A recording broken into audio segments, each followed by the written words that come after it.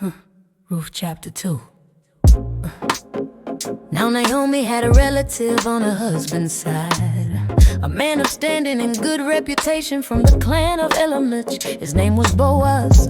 One morning Ruth said to Naomi, "Let me go out to the fields and glean heads of grain wherever I find favor." Naomi said, "Go ahead, my daughter."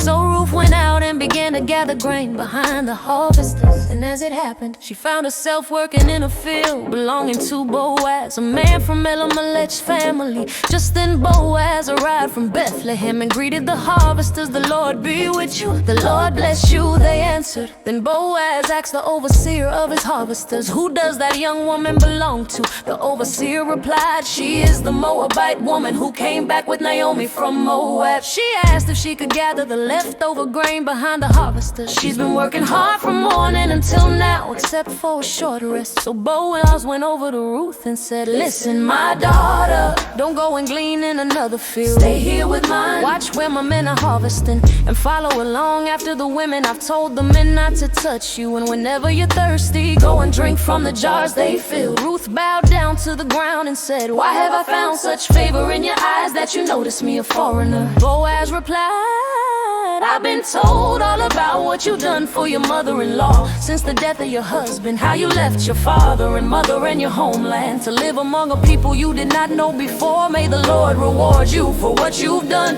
May the God of Israel, under whose wings you have come to take refuge, richly bless you."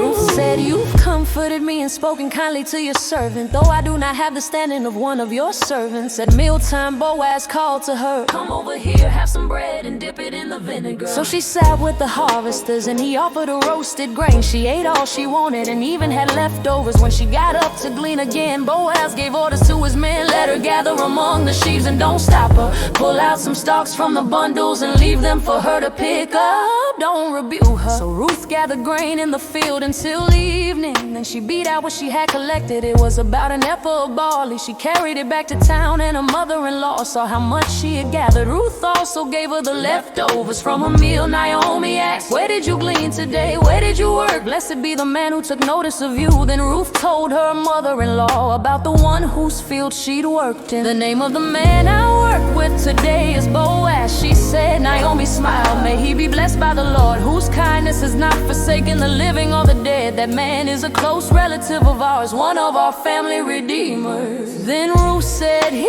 even told me to stay with his workers until they finish the harvest." Naomi said, "That's good, my daughter. Stay with his servant girls. You'll be safe in his field." So Ruth stayed close to Boaz's servants, gleaning until the barley and wheat harvest were finished. And she lived with her mother-in-law